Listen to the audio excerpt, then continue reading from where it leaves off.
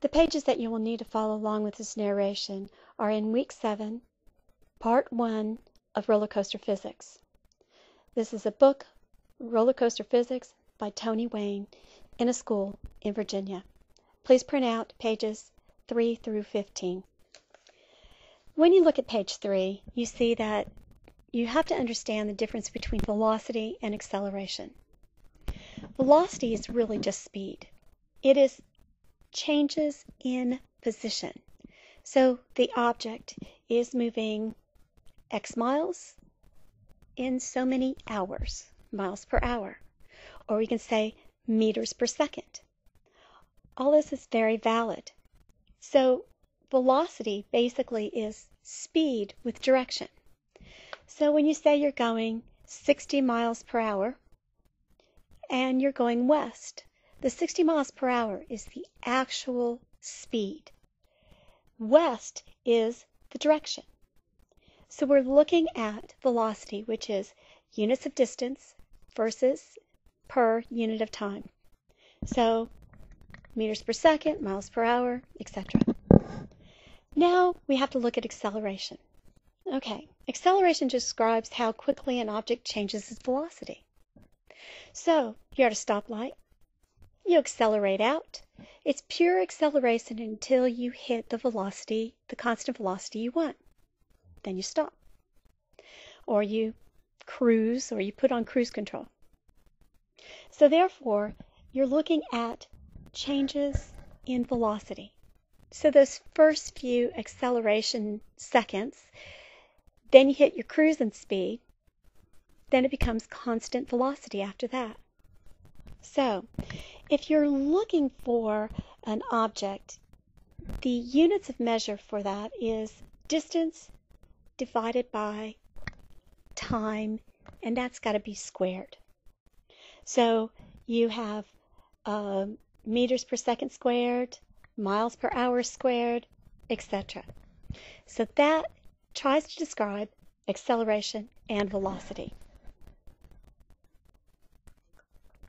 The next page is just introducing a simple roller coaster, talking about kinetic and potential energy. On page 5, you see that this is a simple roller coaster testing portion of it. You see you've got a straightaway at an angle, going down into a valley and coming back up. As you can see, they are adjusting the angles of that particular going back up, or say to the point on a hill. And what you're seeing is, at certain angles, no matter what, the marble stops and then comes back down again. Now, if you go a little lower than that, the marble just falls off the track. And there's a point to this, though, because we need to know that there is a stop height. We'll be working on that a little bit later, of what that stop height is. But what you're looking at, as it seems, and it looks at, and remember this is no friction, it says the marble can take any path until it reaches the same height it starts from.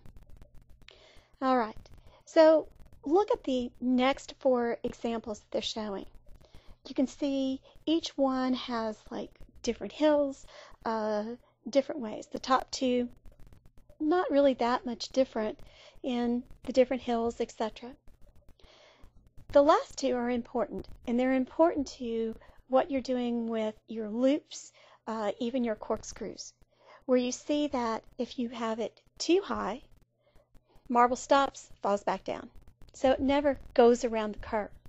But if you go under that level, or under that diameter, or under that height, you'll see that the marble will just go around the loop. This is important to your design review 1. Page 6 of the roller coaster physics shows the difference between velocity and acceleration as you're going through parts of the roller coaster. As you can see, at the very first part of that, you'll see a gray area on the second track picture. Obviously that's acceleration because gravity is working on it. Then you'll see constant velocity. Then you'll have to go up. Again, acceleration, constant velocity after that.